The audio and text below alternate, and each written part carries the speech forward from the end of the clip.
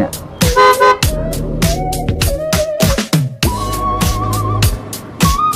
Pwede. Tingnan natin.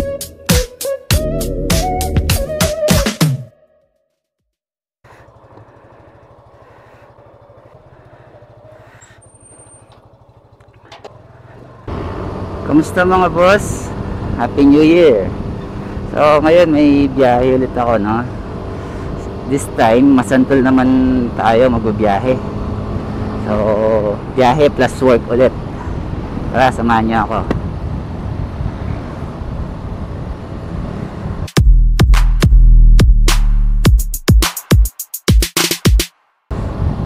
Yun, ganda ng araw. Nakatapat na naman sa atin. So pag ganyan, sisilaw tayo. Yuko-yuko din, pero kahit na yumuko, sisilaw pa rin ako eh. Ganyan siguro applicable yung mga visor na tinted. Ito kasing visor ko eh clear. Dapat siguro tayo sunglasses. Pag ganyan nasisilaw ka, kailangan magdahan-dahan ka kasi pwedeng yung vision mo syempre iba kapag nasisilaw ka eh. So dahan-dahan lang. So pupunta tayo ng Masantol, so dadaan tayo ng MacArthur Highway, then may dadaanan tayong 3 bayan, ay 4, yung Minalin, dadaanan natin San Simon, Kapalit, then Makabebe. So parang dulo yung Masantol. Then hopefully yung mga daan dito eh okay na.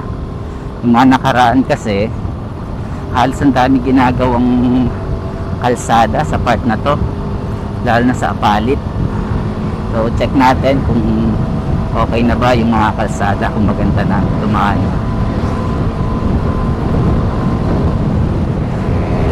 Ng araw.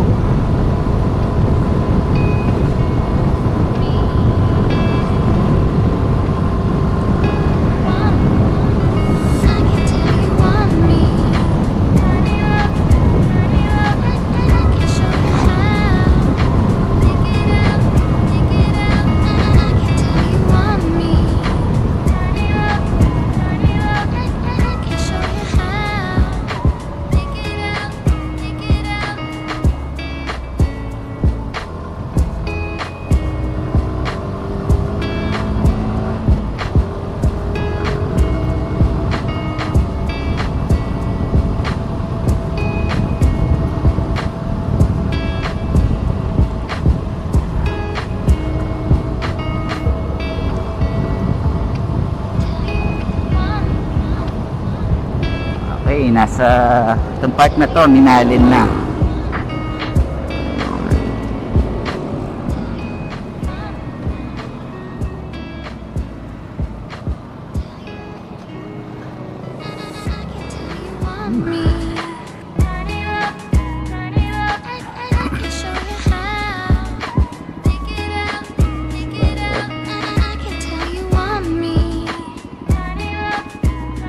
Yan ang gusto ko eh, CRF. Kaya lang mahal. Pero maganda yan, off-road. Tapos i-set up mo yung gulong niya, yung motard, para suabe sa highway.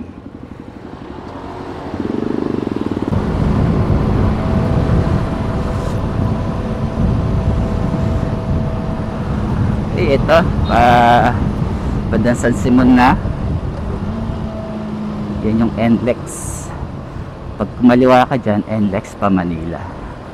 Kapag umuulan, mabaha dyan, grabing lalim ng tubig dyan.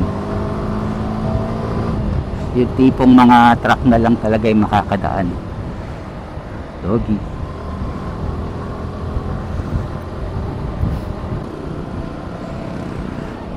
Yan, usually dito yung part na ginagawa. Mukhang okay na.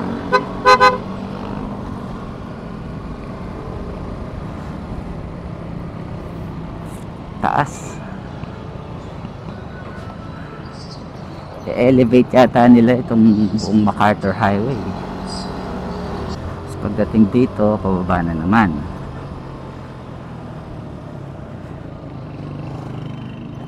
Kaya nila itutuloy ito. Ganda talaga ng bago kong side mirror eh. Malawak yung view niya. Nakikita mo talaga yung mga sasakyan sa likod mo eh. Oh.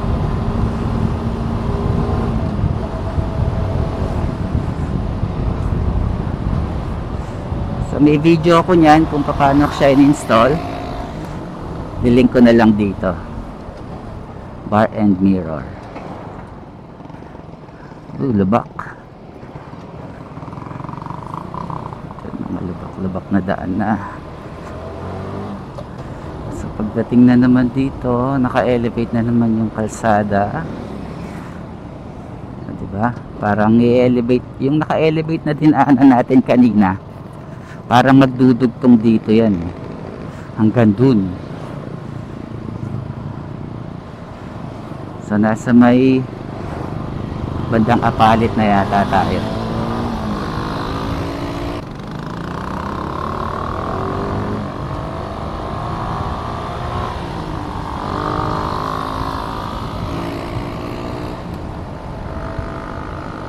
Ng gulong niya.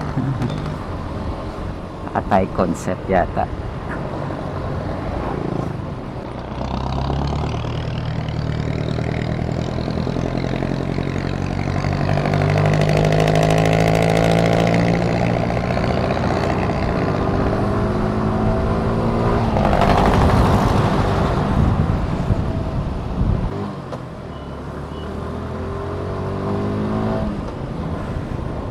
Traffic na yata dito.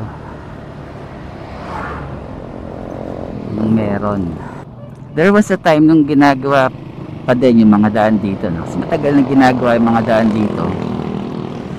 Yung traffic dito minsan talagang buhol-buhol na, to the point na kahit na nakamotor ka, matatrap ka talaga eh. Bumabiyaya ako nandito nakamotor, yung traffic grabe. Tapos tarik yung araw. No choice ka, wala kasi silungan. At least ngayon nag-improve na. Dahil marami na mga natapos. And hopefully, yung mga ibang daan kung idudugtong man nila, matapos din agad. Dito may ginagawang mall. Ang Jumbo General Mall. Lapit na siya matapos. Naka-elevate na naman yung daan dito. Talagang idudugtong nila doon sa mga naka-elevate na daan. Kaya kapag natapos yan, hopefully hindi na magbaha dito sa MacArthur Highway. At least sa part na to. Palit na tayo. Oh, nag-iba na yung public market nila. Ito yung old public market nila. May bago na yung palengke dito sa bandang looban.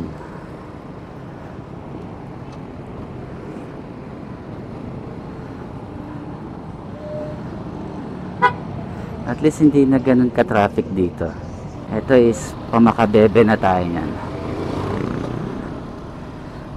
Meron ding mga ginagawa dito sa part ng Makabebe, pamakabebe na to.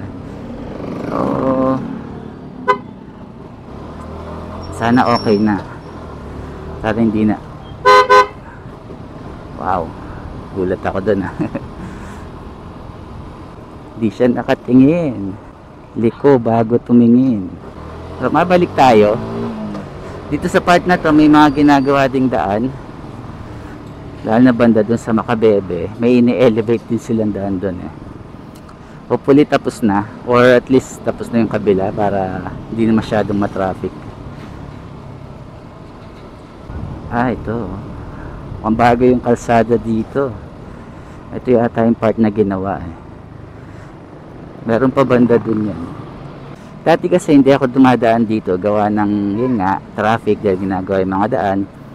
And then may bahang part lalo na sa Makabebe. So dumadaan ako dun sa Dike. Kahit yung mga ibang sasakyan nun, doon din dumadaan. So usually dumadaan dito ito yung mga taga rito. Doon naman sa dike, medyo maliit yung daan at maraming humps. Ito na yung riles ng tren na ginagawa. Yan yung tren na hanggang Clark.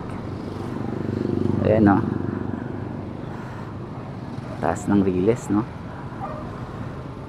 Mula Bulacan hanggang Clark yan eh. Kapag nagawa yan, mabilis na yung biyahe. I think hanggang Manila yan. So kapag nagawa na talaga yan, operational na, madali na lang pumuntang Manila. And magkano naman kaya yung pamasahe nun, no, sa tren?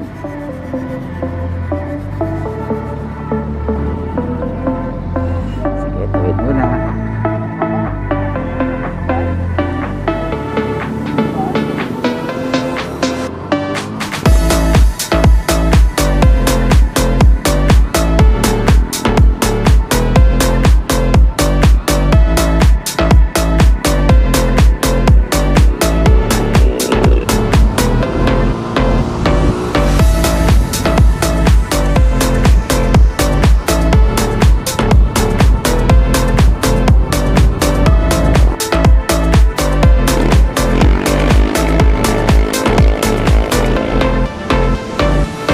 May iba pa ring daan na papunta sa amin. Dito may daan dito eh. Dadaan ka ng Minalin. Medyo maganda rin yung daan dyan. Pero ngayon ginagawa. Kasi ine-elevate din nila. Umabaha din kasi yung part na yun. So dati doon ako dumadaan, mabilis yung biyahe. Hanggang makakaiwas na ako ng traffic sa palit. Mas napapadali yung biyahe ko. Kaya matraffic din dito. Madami kasing eskwelahan dito along the highway. Kaya pag mga ganyang oras, syempre pasok ka ng mga bata. Madami talagang marami mga tricycle, syempre yung mga naghahatid ng estudyante. Kaya tumatraffic. Na, welcome to Macabebe. So Macabebe na tayo. After ng Macabebe, yun na, Masantol na.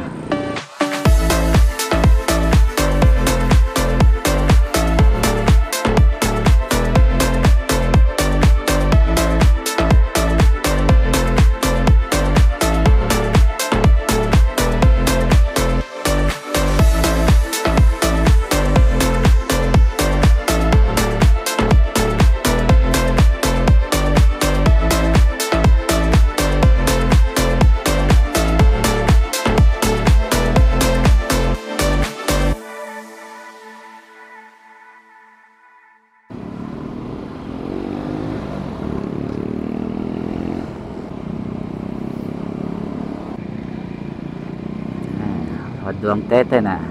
Kadwang Tete ibig sabihin ikalawang tulay. Dahil yung unang tulay kanina hindi dinaanan natin na unang tulay. Eto na yung pangalawang tulay. So bago lang to, bagong gawa actually. Bagong repair. Kasi nung time na bago-bago pa lang ako dito, no, ginawa tong tulay nito almost 1 year yata. Then yung daan nun, iikot ka doon sa dike. So ito na yan, yung part na ginagawa, malapit na tayo. Kamusta na kaya yung daan dito? Gawa na ba?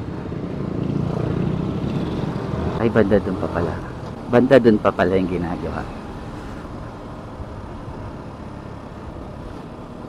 Binabaha din banda dito na eh. Start na yung baha. Ito na yung part na gagawin or i-elevate nila, no? Mukhang tapos na yung, mukhang na semento na yung kabila, dito na lang yung hindi. So okay na, hindi na traffic. Huwag lang sana maputik banda dito, no? So mataas na yung kalsada dito, hopefully hindi na bahain kapag tag-ulan. Okay na siya.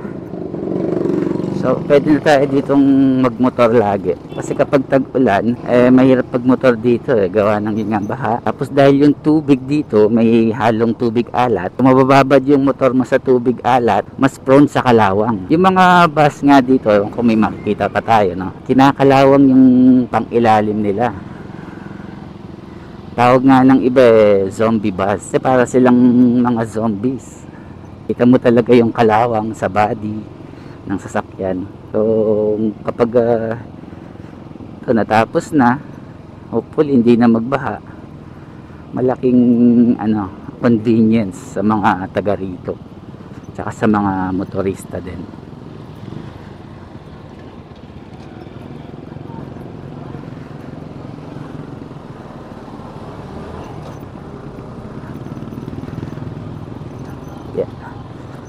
So konti pa lang pala yung nakasemento. So wag lang sanang umulan kasi baka maging maputik tandaan na to pag nagkataon. Meron traffic.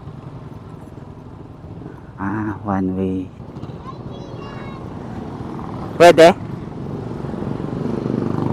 Pwede motor. Sabagay, kasya naman tayo kahit na may makasalubong tayong sasakyan.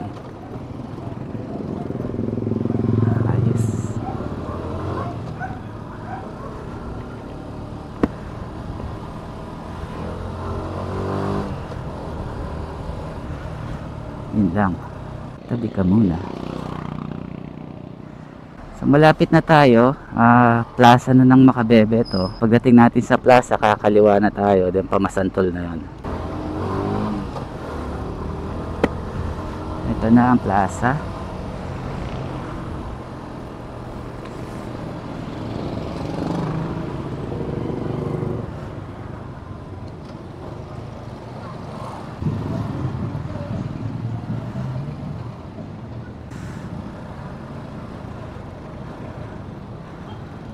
Ito ng plaza ng Makabebe, ayun doon pala. And then dire-diretso na to, masantol na.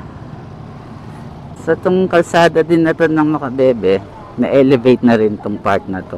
Pero nung last year, I think bumaha pa rin dito tsaka doon sa plaza Iba naman kasi yung baha nung last year, talaga mataas yung tubig Marami nang na-elevate na daan dito sa Makabebe, no? Hopefully ngayong taon hindi na sila bahain.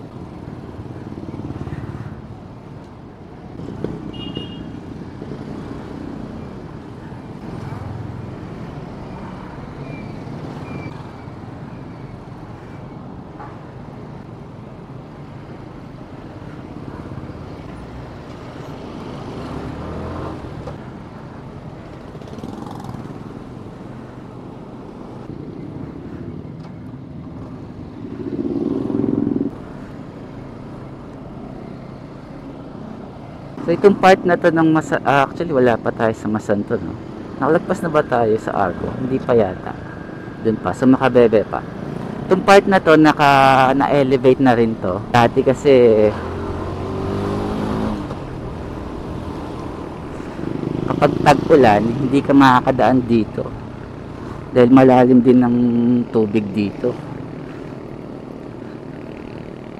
So na-elevate na itong part na to hanggang dun sa may arko ng Masantol. Tawag kasi dito is kalsadang Bayo, or ibig sabihin bagong kalsada. So nakikita ko na yung arko ng Masantol. Ito kapag yung tag-ulan, dati parang dagat yan. Hanggang yan, no? Aapaw yung tubig dito sa kalsada, di ka makakadaan. Makakadaan lang mga truck na malalaki.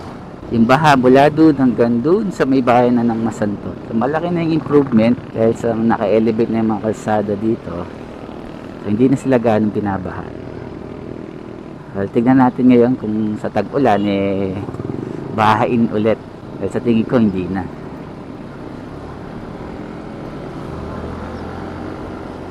So nasa Masantol na tayo.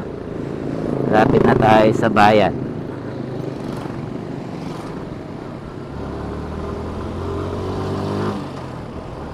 So ayan, no, tignan itong bus na to. So yung body niya kinakalawang na dahil nga yan sa baha ng Dahil ngayon dito sa baha na kasi may halong tubig alat nga, kaya mabilis mga lawang yung mga sasakyan.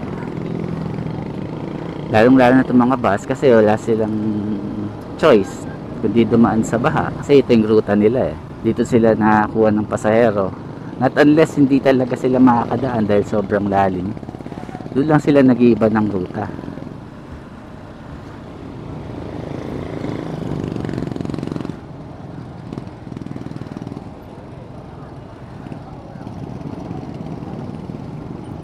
So,